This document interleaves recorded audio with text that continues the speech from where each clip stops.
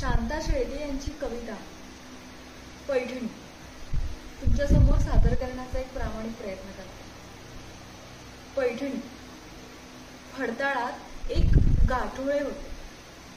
त्याच्यात तळाशी अगदी खाली, जिथे आहेत जुने कपडे, कुंच्या, टोपले, शेले, शाली, त्यांच्यात एक घडी करून जपून ठेवलेली एक पैठणी.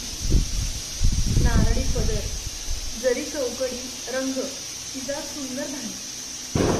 माझी आजी लग्नामध्ये ही पैठणी नेसली होती. पडली होती साऱ्यांच्याच पायात हाच पदर धरून हाती.